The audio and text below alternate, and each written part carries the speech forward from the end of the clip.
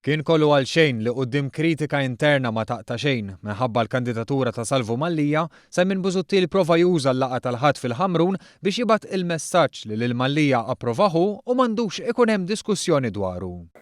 Għalhekk il-Partit Nazzjonalista huwa tajjeb għal nies bħal Salvo Mallia. Din id-dikjarazzjoni segwit ittri ta' membri minn kumitati sezzjonali jgħidu li l-aġir ta' Mallia mhux aċċettabbli u pressjoni interna oħra minn uffiċjali għolja. Għalhekk Busuttil rid jagħmilha ċara li dwar Mallia m'hemmx diskussjoni. Anke għax filgħodu Mallia kien ta' intervista li fiha qal li hu kap wieħed għandu li mhux Simon Busuttil iżda l-kuxjenza tiegħu. Iżda m'għaddix wisq ħin mid-diskors ta' Simon Busuttil li l-eks deputat nazzjonalista Filip Mifsud m'għamilx dikjarazzjoni ċara daqs dawk li jħobb jagħmel Salvo Mallia.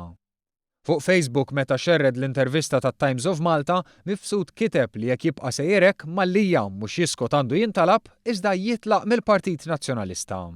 Dlonk wieġbu Mallia li huwa esħol unjorant. Min hemm beda dibattitu ma jaqta' xejn bejn iż-żewġ kandidati tal-Partit Nazzjonalista, Mifsud kien qed jipprova jkun elett fuq is-seba' distrett minflok ġew kassar sa ftit ta' xurilu. Iżda l-messaġġi bdew jaslu minn kull imkien għax kif inhu sigriet magħruf, Mifsud mhux vuċi iżolata.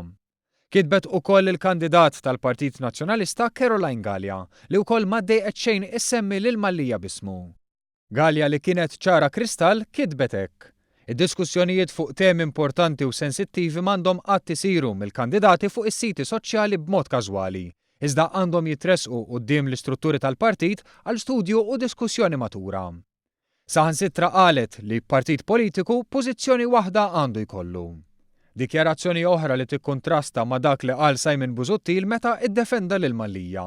Mallia jiżvela ma' Times of Malta li lil Simon Busuttil għamillu kundizzjonijiet qabel aċċetta li jkun kandidat. Kundizzjonijiet li l-kap kellu jaċċetta. Biex ftit wara beda l-inkwiet b'Ingrid Brownrigg, ex-kandidata oħra tal-Partit Nazzjonalista deskritta bħala nazzjonalista dok minn Lawrence Gonzi, kitbet il-Partit Nazzjonalista għandu joqgħod attent mill-kwalità tal-kandidat jew f'dan il-każ nuqqas ta' kwalità.